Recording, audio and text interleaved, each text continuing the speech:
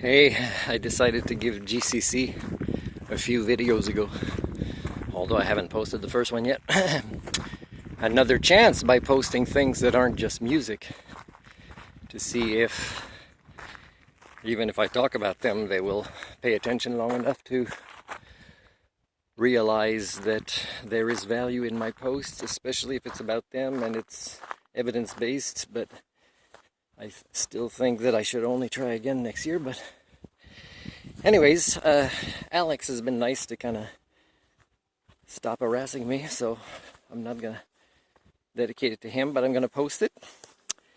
And so you might have noticed, Bumblebee just bumped into my hand.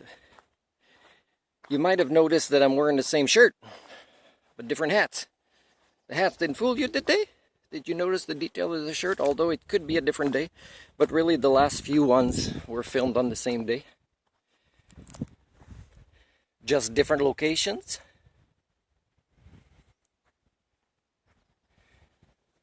And that's an assumption though, eh? Like if you see the shirt, which, you know, I repeat the same shirts a lot, but study the beard, the growth of the beard. You can study other things also in the scenery if you want it to be more sure, like the type of trees, the water is going in the same direction, things like that. Shadows maybe of the sun, to see how close apart these videos are. They're fairly close, the last three. Maybe not in the same series, but... So, this one...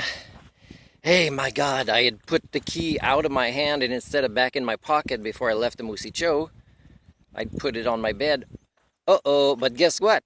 Every time I get out my door, before closing it, I check not just that I have keys, but that they are my Musicho keys.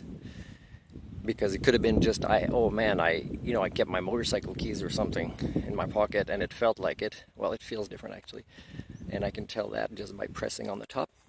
Again, programming the details of my senses here is what happens when you pay attention and you get good at paying attention and quality. You might think, oh, Martin, that's OCD, that you always check your... Really? I have 4 sets of keys, and so far I haven't locked myself out. And if I do have a plan of trying something to get in, instead of hiding a set of keys somewhere on the vehicle. But this habit is programmed, and it's a preventative programming that I did myself. And it's pretty much 99.9% of the time. So it saves me from locking the keys in. It's not related to OCD. But speaking of OCD, this is a vlog about... this one was right behind me. The boat. You see it? And so my ears work in both directions. They're so big. So I wanted to say that franchises have evolved in a way that devolved your species. I mentioned a few examples in the past, but somebody that starts a franchise will think they are their own boss, they're becoming a business person, they got their future assured, but they don't realize how much of their freedom and sense of human rights they are signing off on. Because let's say there's an issue to solve at their branch that they believe they own, but capitalism doesn't, it's sneaky. I told you recently, capitalism is sneaky. It steals back from you, and not just your money, but your humanity. And so somebody at their particular branch might have a problem to solve, and the best problem in many ways, and even a high school kid would know this in the first year of high school, that is so excited about demonstrate their problem-solving skills before maybe they're pushed down not to do it, if they weren't already in primary, elementary school or middle school, is they might find out the franchise doesn't want them to solve that problem in that way. They have to do something different that isn't as good. So then that person has to decide it's not as good a solution. Do I let it go? And sometimes it's not only not as good, it actually might create other issues.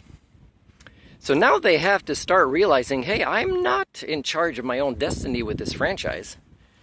And do you know how many times you know, I have to return things when I give instructions. For example, it's just, can you double toast a bagel or cook a burger extra cook? Because it's one of the buttons. And it's there on the ticket, but it's outside the norm. So the person is all happy to give it to you as quickly as possible, with the cheese still cold, the bread really not even close to toasted, and you're worried about the meat too. And you know, it's wrapped so fast too that if you drop it, the sandwich is going to pop out. So, and they think they've done a good job even though you've said extra cook. That's what I'm paying to eat this crappy food to be like, right? And returning it, blah, blah, blah. And by that time that they do many manipulative things to it, I tell you, it doesn't look like the picture at all.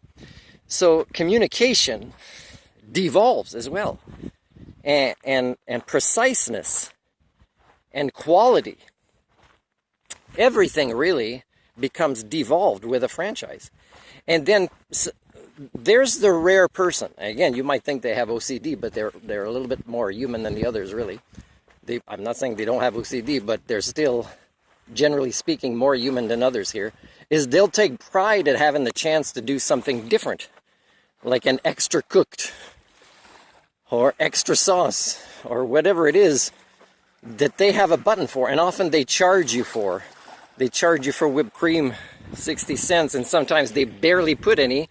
By the time it's not too hot to try, it's all melted, right?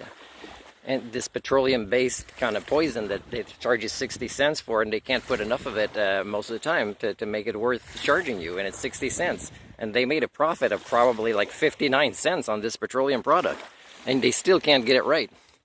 So the person that you might think has OCD is very rare that might do a good job, but I tell you, that person's not going to become a manager, because quality is not what goes up in franchises, right? It's speed and avoiding even telling the customers we're sorry, we're throwing the food in the garbage right in front of you, although that breaks your heart. And here's something free if, you know, you didn't give us too much attitude. Otherwise, we'll give you a brand new one, and it'll be exactly the same, and then you'll be too embarrassed to let us know that we screwed up again. That's pretty much it, guys. And these franchises are building and growing, and you're, again, the receipt thing, you know, repeating the receipt. Like when I was putting fuel the other day, I said, and this, and that's all. And then their response is, will there be anything else? I just said that's all. What the hell? We speak the same language. Or for the receipt, like, and I'll take the receipt, please. And then they're wondering 1 second later while you're still standing there. It's just their mind went somewhere else. It didn't incorporate you acting outside the norm. The other words did not exist. You do not exist. They do not exist. It's automaton franchise behaviors. And that's the workforce that you will be happy. And that's sad. That's why I don't call you Homo sapien. You'll be happy if your kid gets a job there, because now they could have money to buy useless things or crash a car with, or avoid going to school and getting education where they'll spend less time with you because you're dumb as a parent. And you don't want that. So, yeah, so cultures and your brains devolve with franchise. So good luck with that, eh? You might think, oh no, my kid's only doing that for college. Well, do you know that to keep that job long enough to pay for, you know, the first semester of college is already, they'll be really confused and they'll be really stressed out their first semester, because now they had to be brain dead, programmed to be brain dead at this franchise, that school will be overwhelming and they'll say it's not for them. And you'll be happy as parents because they'll stay close to home and become your best friend.